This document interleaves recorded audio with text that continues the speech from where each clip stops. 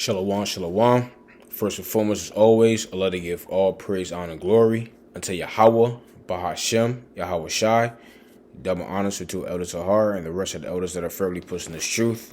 And as always, peace and blessings unto the elect. So I wanted to expound on what we were going into at the altar today about how we have guardian angels, right? And I was looking for the precept in the book of Matthew, and I have other precepts as well, all right, backing up that claim, right? Because the Heavenly Father, he has it to where he sends out, angels, that were assigned to us, to protect us and to make sure that, we're cool. Let me start off there at Psalms 34, verse 7.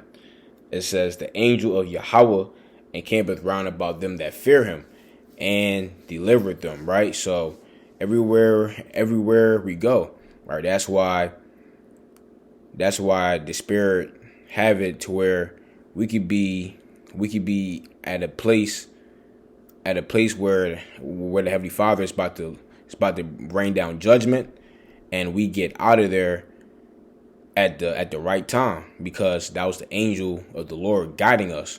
All right, that was the angel of the Heavenly Father guiding us throughout that certain area.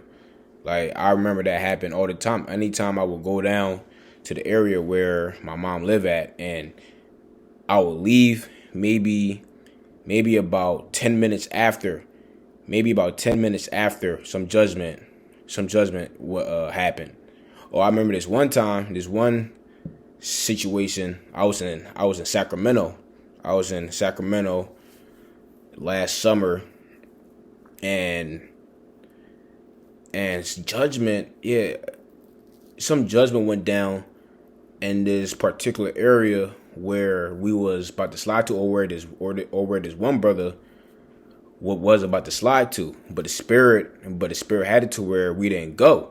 And then when we woke up the next morning, some crazy judgment had happened down there. Why? Because our angels had worked on our mind through the Spirit of the Lord, and it was like, nah, get out of there, go home.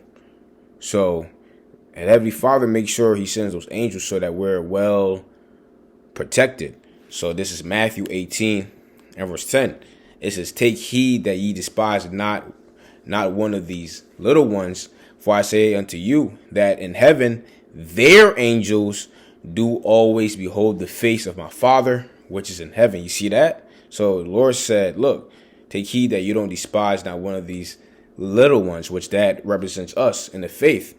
Why? That in heaven their angels, who angels?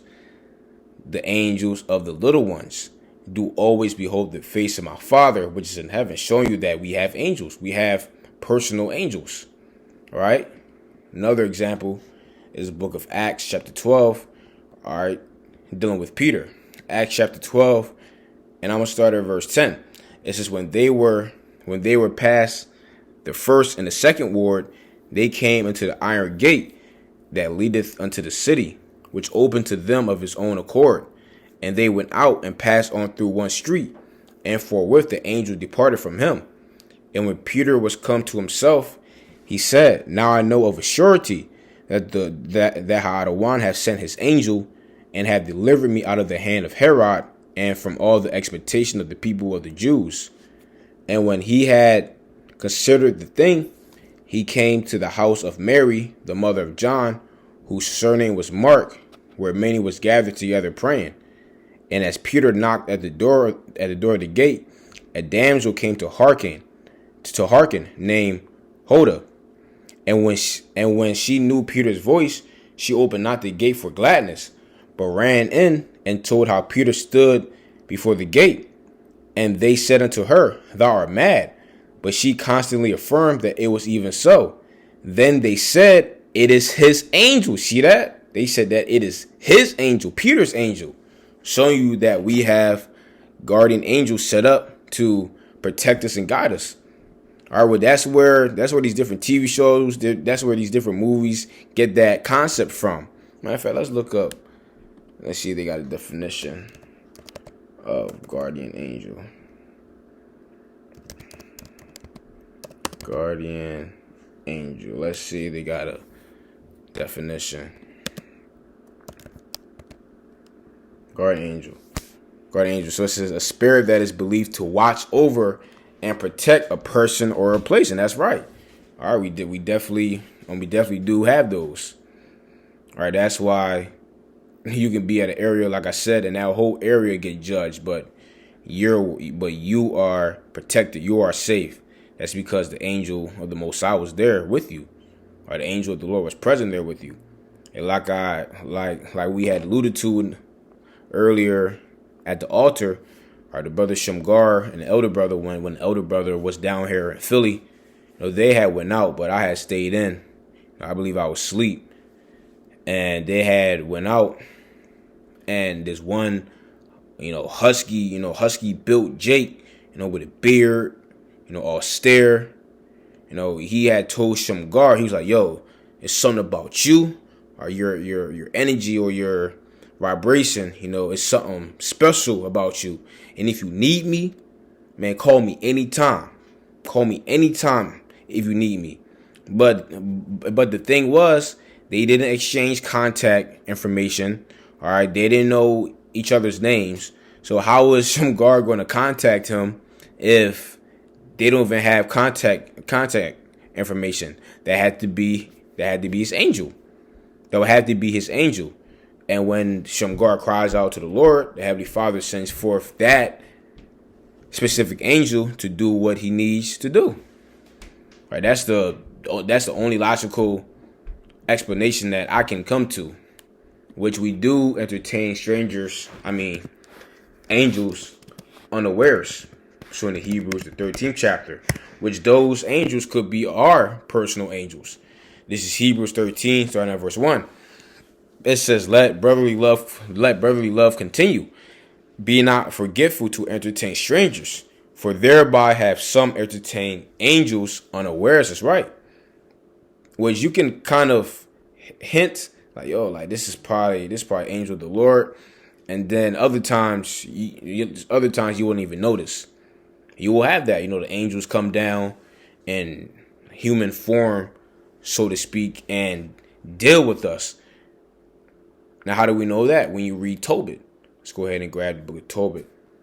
When you read the book of Tobit, I always get it confused. I believe the son name is Tobias and the father name is Tobit. But when you read the book of Tobit, right, there's a son, which I believe the son name is Tobias. He had an angel with him, and the angel is Raphael, but the angel came down in the form of human. More than likely, he had an extraterrestrial body, not like a body that we have, but an extraterrestrial body, right? Now that's what I assume, right? And he professed to be of the tribe of Naphtali. Matter of fact, let me go ahead and try and find that. Maybe it's Tobit, like the 3rd chapter. Let me see. Let me get it real quick. So he actually disguised himself as one of the tribes. So an angel can do that. The angel has the power to do that. So let's see. Tobias is the son. Tobit is the father. So let me find that real quick. All right. Bear with me.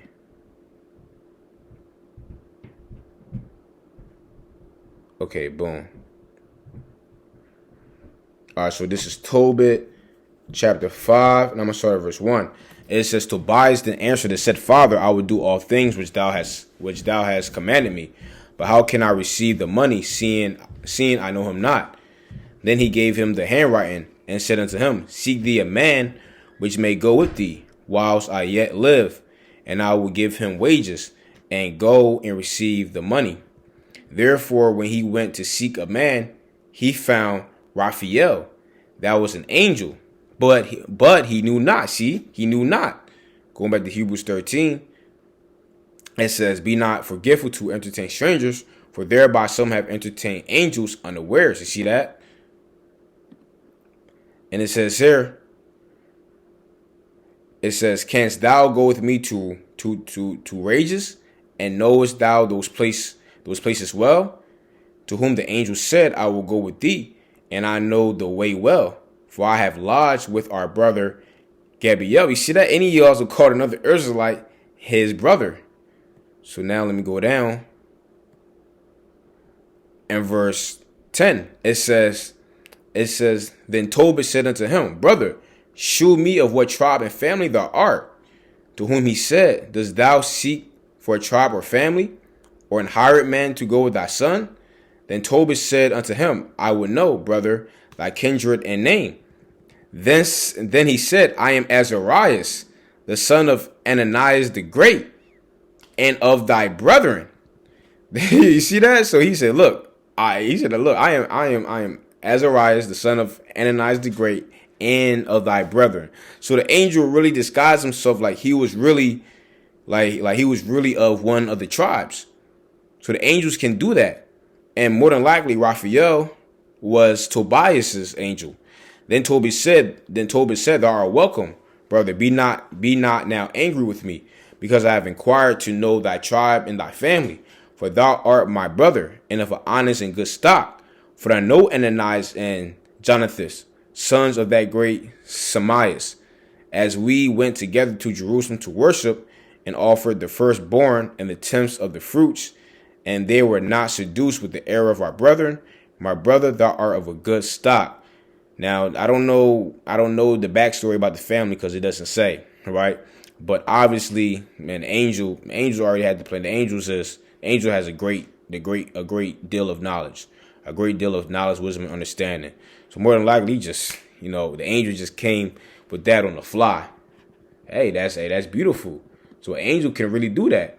All right, angel can say, "Oh yeah, bro, you know him, yeah, bro. That's my brother." Like, "Oh shoot, that's your brother. Okay, that's crazy." The angels can do that.